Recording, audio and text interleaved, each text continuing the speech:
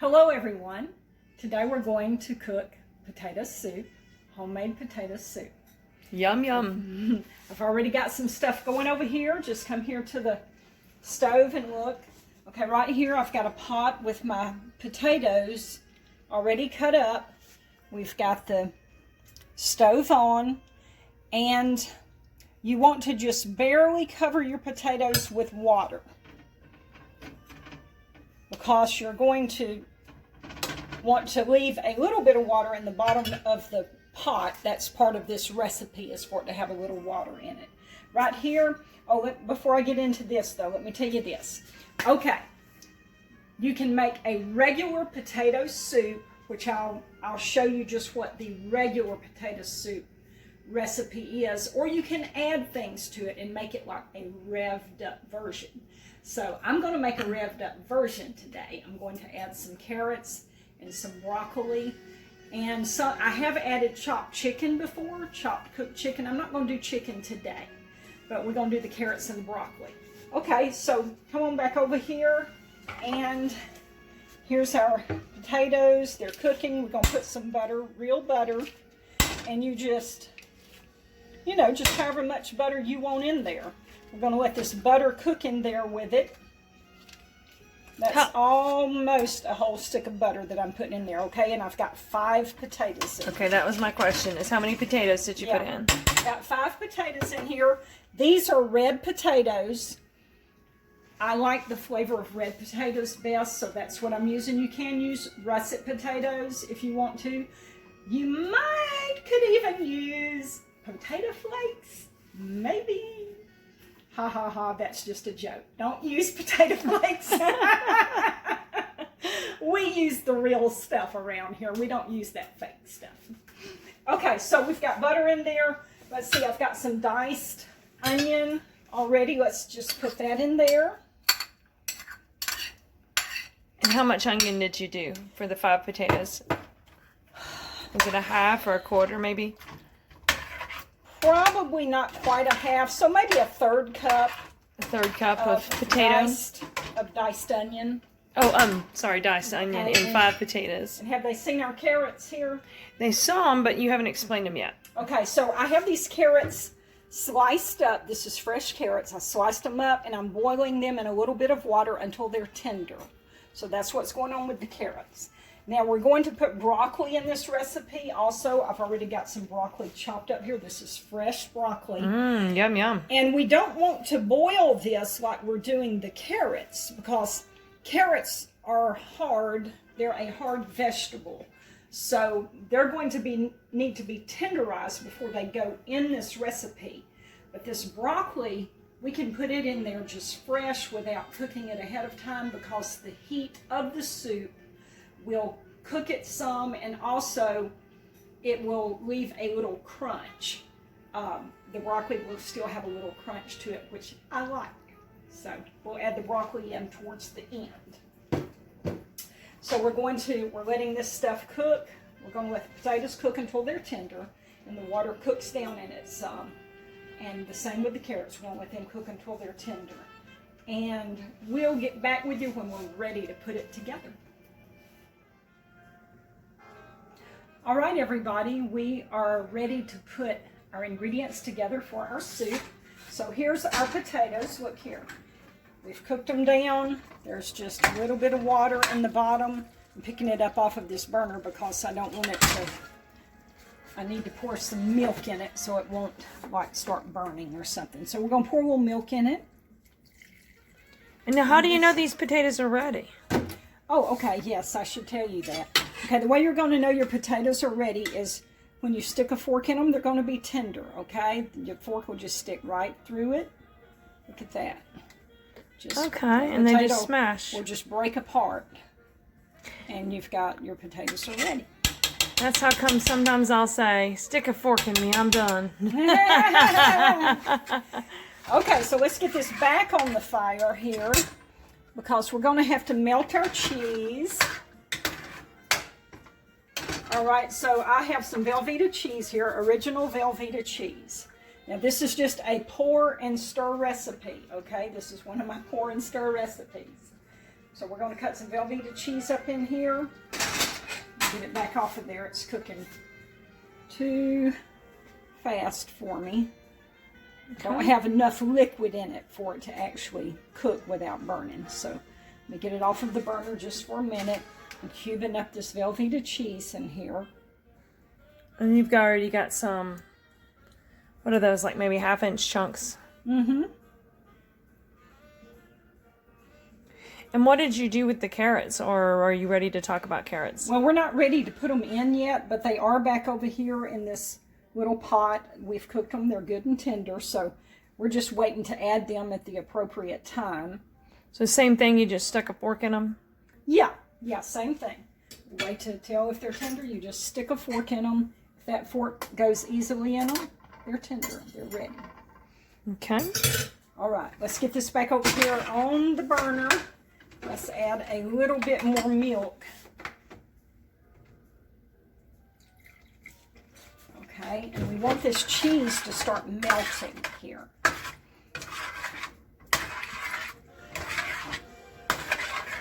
And this potato soup is so delicious. And we want to see if we think this is enough cheese, and I don't think it's enough cheese yet, so let me put a little bit more cheese in here while this is heating up and melting.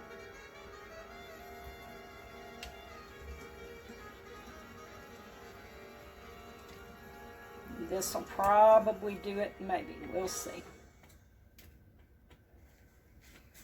So, this is a good, let me wash my hands off. This is a good recipe for a soup if it's a cold winter night.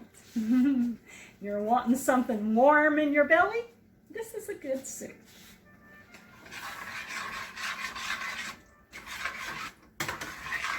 All right, we've got these cubes melting.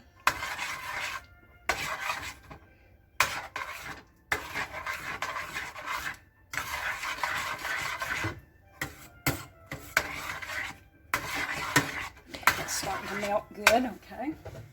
Was you going to say something, Carla? We're going to add a little more milk. See, we're going to add milk, and also I've got some heavy cream. We'll add the milk and the heavy cream until we get it to the consistency that we want for the soup. Okay, so if you want your soup thicker, or if you want it thinner, you would just add more milk or less milk. It's just up to the person what their preference is. You know, you can just make it like you want it. Yeah, I was going to say, shout out to anybody who can guess the music that's playing in the background. Yes, give us your comments if you know who's playing this Christmas music in the background. I'll give you one hint, it's not a radio station. All right, our cheese is almost melted. That's good. Okay, do I have any funny stories I can tell while this is... Well, why don't you tell why we started putting the vegetables in it? Okay. Because that wasn't originally part of the recipe, right? Right. The broccoli and the carrots? Right. The original recipe was just a plain potato soup.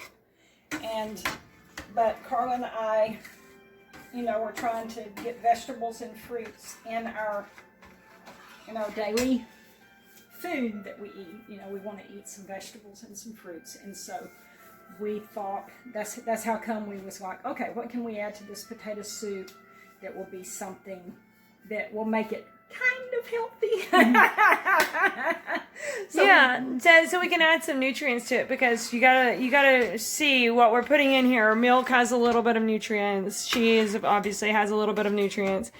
Potatoes have some nutrients, but all of those things are just mainly fattening. They're delicious, but they're fattening. So if you add some carrots or broccoli, and you may have your favorite thing that you like, so you could add that. But broccoli and carrots are something that we like, and we thought would be good in there. And we both like crunchy. We like some crunch in our food, so Yeah. that adds a little crunch to it, to have the carrots and the... I like a thick and hearty soup whenever I have soup. And this is a delicious variation, you know, to just the plain potato soup. This potato soup plain is fabulous. Oh, yeah. But this gives it a little variation, something different. Okay, so let's add a little bit of heavy cream. Oh, I gotta get this little pulley thing, this little thing right here off of there. Okay, let's add a little bit of cream. That should make it rich and thick. And chocolate. Only it's not chocolate, but, but you think it would taste good with chocolate in it?